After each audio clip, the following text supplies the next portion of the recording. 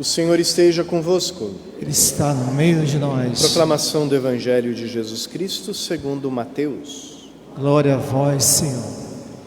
Naquele tempo, Pedro aproximou-se de Jesus e perguntou: Senhor, quantas vezes devo perdoar se meu irmão pecar contra mim? Até 7 vezes? Jesus respondeu: Não te digo até 7 vezes, mas até 70 vezes 7. Porque o reino dos céus é como um rei que resolveu acertar as contas com seus empregados. Quando começou o acerto, levaram-lhe um que lhe devia uma enorme fortuna. Como o empregado não tivesse com que pagar, o patrão mandou que fosse vendido como escravo, junto com a mulher e os filhos e tudo o que possuía, para que pagasse a dívida. O empregado, porém, caiu aos pés do patrão e, prostrado, suplicava: Dá-me um prazo e eu te pagarei tudo. Diante disso, o patrão teve compaixão, soltou o empregado e perdoou-lhe a dívida. Ao sair dali, aquele empregado encontrou um dos seus companheiros, que lhe devia apenas 100 moedas. Ele o agarrou e começou a sufocá-lo, dizendo: Paga o que me deves. O companheiro, caindo aos seus pés, suplicava: Dá-me um prazo e eu te pagarei. Mas o empregado não quis saber disso. Saiu e mandou jogá-lo na prisão, até que pagasse o que devia. Vendo o que havia acontecido, os outros empregados ficaram muito tristes. Procuraram o patrão e lhe contaram tudo. Então o patrão mandou chamá-lo e lhe disse: Empregado perverso, eu te perdoei toda a tua dívida porque tu me suplicaste. Não devias tu também ter compaixão do teu companheiro, como eu tive compaixão de ti? O patrão indignou-se e mandou entregar aquele empregado aos torturadores, até que pagasse toda a sua dívida.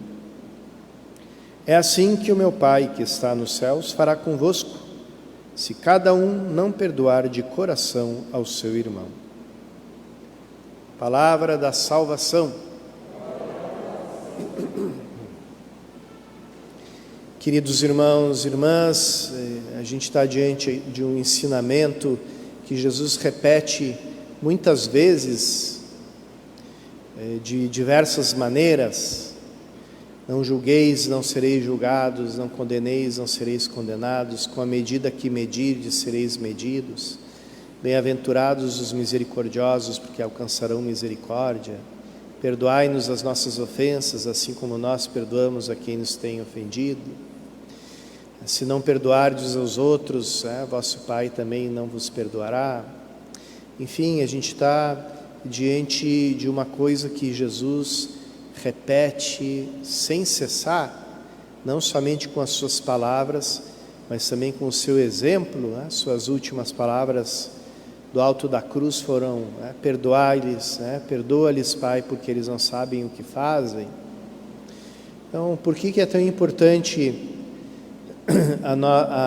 o anúncio do perdão?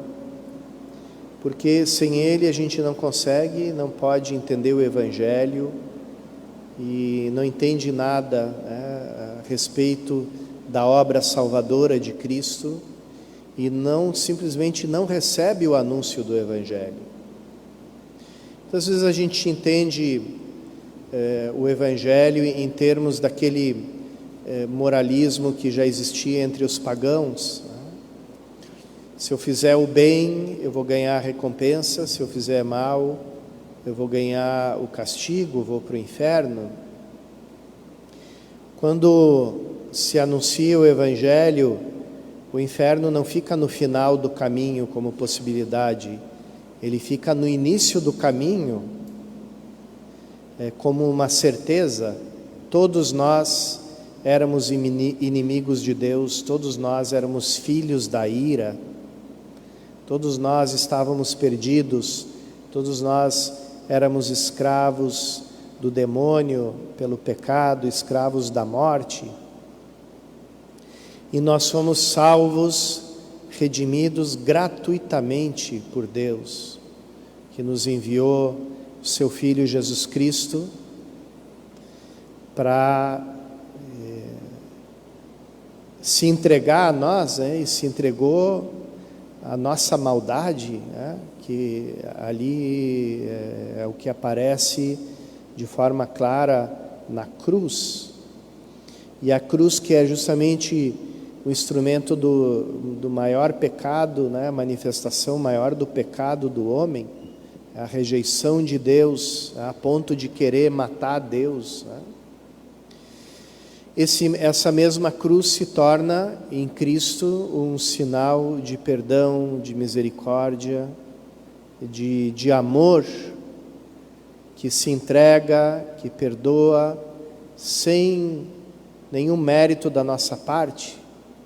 O que nós fizemos de bom, o que nós fizemos de meritório para merecer o sacrifício de Cristo na cruz, que é o mesmo sacrifício da Eucaristia, que é oferecido a Deus de forma sacramental.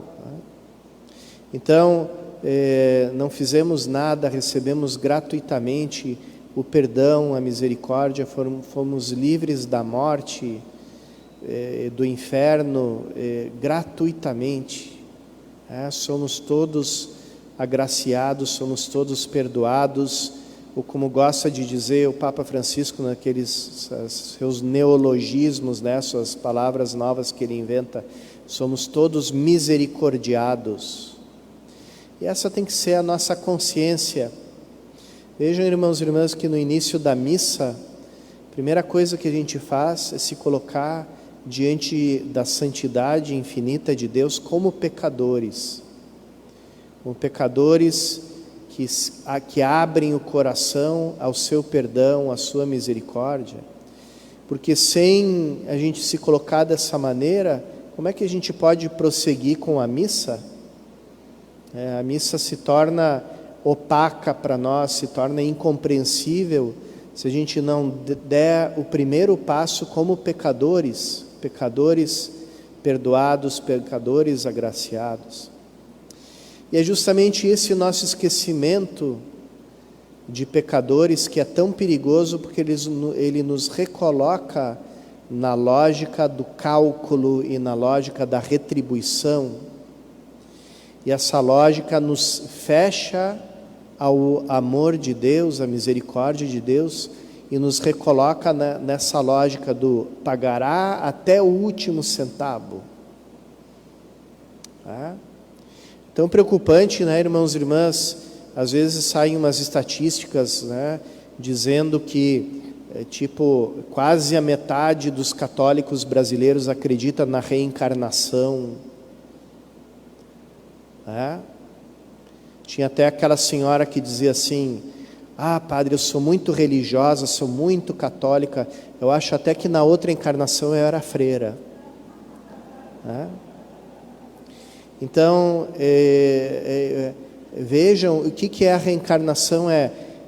Você vai ter que pagar até o último centavo. Então, não tem redenção, não tem amor, não tem misericórdia, não tem perdão. É tudo o contrário daquilo que Jesus nos ensina no Evangelho, não somente com as suas palavras, mas com a sua vida, com o dom da sua vida. Então, irmãos e irmãs, esse é o grande perigo, porque nós somos livres, se nós recusamos abrir o nosso coração à misericórdia, nós recaímos no inferno, ou seja, naquela lógica do pagará até o último centavo. E como a ofensa a Deus é infinita, então a dívida se torna infinita também, mas é porque nós escolhemos recair nessa lógica. E quando é que a gente recai nessa lógica do cálculo, da retribuição? É quando a gente esquecemos que somos misericordiados e começamos a tratar os nossos irmãos sem misericórdia. né? E aplicamos ao nosso irmão a regra draconiana: vai me pagar até o último centavo. Né? Muitas pessoas perguntam o que é o perdão, e algumas se sentem culpadas porque quando lembram ofensas passadas ainda têm sentimentos. Perdão não tem nada a ver com sentimentos, perdão é uma decisão. E a decisão é justamente de dizer no fundo do teu coração: eu renuncio a esse pagará até o último centavo. Renuncio, não quero mais cobrar, não quero mais ser um cobrador. E a gente cobra de diversas maneiras, né? Às vezes com uma cara amarrada, às vezes com palavras, né? Lembrando o outro da dívida, às vezes até com a nossa própria infelicidade, né? A nossa infelicidade, quanto dela tem de não perdão, né? Eu sou uma pessoa triste porque meus pais me trataram com dureza. Eu sou uma pessoa triste porque as pessoas me machucaram. Então, é aquela eterna cobrança da vida que me deve, que me devia uma felicidade que não me deu, e eu cobro eu cobro da vida com a minha infelicidade, com a minha tristeza, e me recuso a me entregar à alegria verdadeira, profunda, porque me ponho no lugar de cobrador e não no lugar de perdoado, de misericordiado. Toda pessoa que se coloca no lugar do perdoado experimenta alegria, experimenta a gratidão, e a gratidão que é o núcleo da Eucaristia, né? Que poderei retribuir ao Senhor? Eleva o cálice da salvação, invocando o nome do Senhor. Eucaristia, a palavra grega que quer dizer agradecimento, gratidão, ação de graças. Então, é engraçado que a última moda dos manuais de autoajuda, né, que vocês sabem que ajudam muito os autores deles, que ganham muito dinheiro com esses manuais, né? A última moda é gratidão, né? Até surgiu um vocabulário horrível das pessoas que, em vez de dizerem obrigado, te dizem gratidão. Então, viva a sua vida com gratidão, seja grato. Seja grato a quem e seja grato por quê? Só o cristão sabe responder essas duas perguntas. Seja grato a Deus porque enviou o seu Filho Jesus Cristo para te dar uma vida nova e te livrar do pecado e da morte. E essa é a razão da nossa alegria, da nossa Eucaristia, da nossa ação de graças. Peçamos a Deus nessa Eucaristia a graça de saber perdoar, de saber renunciar à lógica do cálculo e da retribuição, e nos entregar à generosidade e à misericórdia infinita do nosso Salvador.